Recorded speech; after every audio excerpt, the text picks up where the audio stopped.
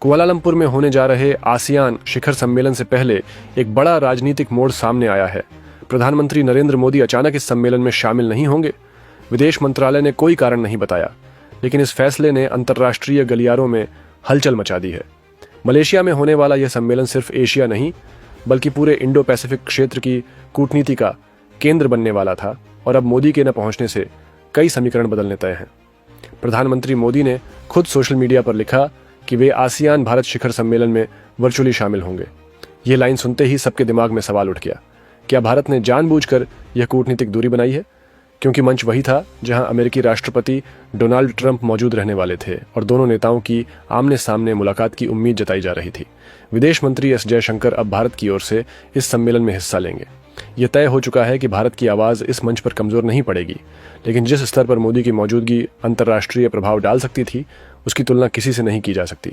आखिर भारत के प्रधानमंत्री का न पहुंचना कोई साधारण कदम नहीं, ये एक संकेत है, एक संदेश है कि भारत अपनी प्राथमिकताएं बदल चुका है। मलेशिया के प्रधानमंत्री अनवर इब्राहिम से फोन पर बातचीत में मोदी ने उन्हें आसियान की अध्यक्षता के लिए बधाई दी और सम्मेलन की सफलता की शुभकामनाएं दी। लेकिन इस बातचीत में मौजूद डिप्लोमेटिक ठंडक ने कई विश्लेषकों का ध्यान खींचा है, क्योंकि जब मोदी किसी अंतर्राष्ट्रीय आयोजन से खुद को अलग रखते हैं तो इसके पीछे हमेशा एक बड़ा रणनीतिक कारण होता है। अब सवाल यह है कि आखिर क्या वजह रही कि आखिरी वक्त पर प्रधानमंत्री मोदी ने मलेशिया जाने से इनकार कर दिया। विदेश मंत्रालय चुप है, लेकिन सूत्रों के मुताबिक इस बार का निर्णय केवल एक शेड्यूल बदलाव नहीं, बल्कि कूटनीतिक रणनीति का हिस्सा है। अमेरिका के साथ बढ़ते तनाव, रूस से तेल खरीद पर लगाई गई 50% पेनल्टी और बिहार विधानसभा चुनाव, all combined into a complex decision.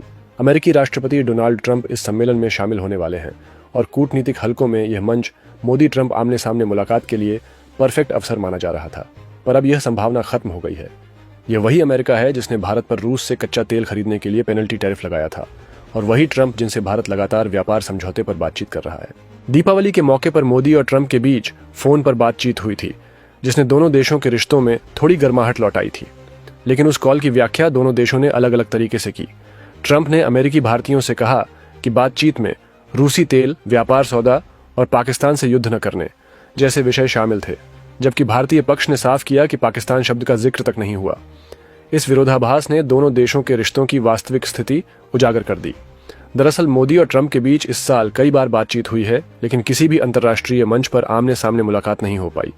जब भी मौका आता है, कोई न कोई राजनीतिक परिस्थिति उस मुलाकात के बीच दीवार खड़ी कर देती है। अब आसियान सम्मेलन में भी यही हुआ। मंच तैयार था, कैमरे तैयार थे, लेकिन भारत ने दूरी बना ली।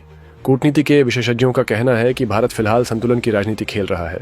एक तरफ रूस से गहरी साझेदारी, दूसरी ओर अमेरिका से व्यापारिक मतभेद। इन दोनों के बीच भारत अपने हितों को बचाने की कोशिश में है। इसलिए मोदी का वर्चुअल रूप से शामिल होना एक मिडिल पाथ जैसा फैसला है, न पूरी दूरी न पूरी नजदीकी।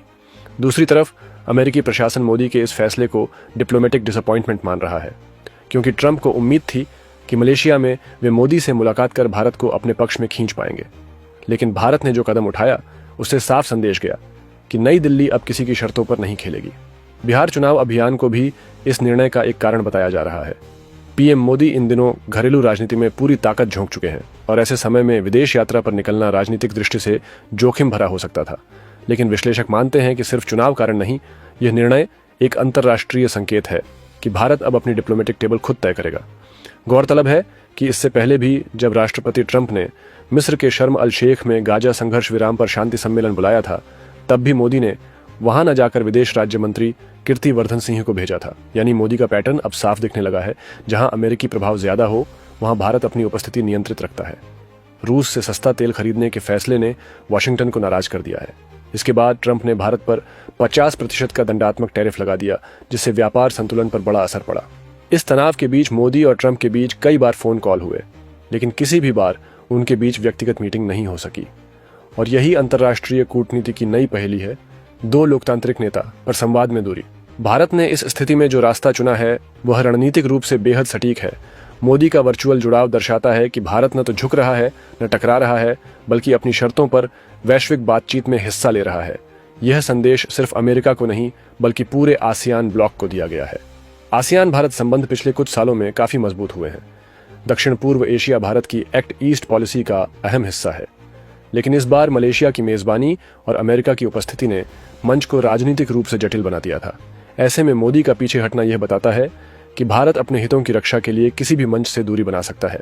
अब विदेश मंत्री एस जयशंकर इस शिखर सम्मेलन में भारत का प्रतिनिधित्व करेंगे।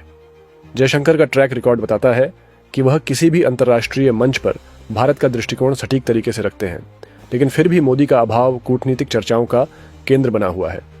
भारत की इस रणनीतिक चुप्पी के कई अर्थ निकाले जा रहे हैं।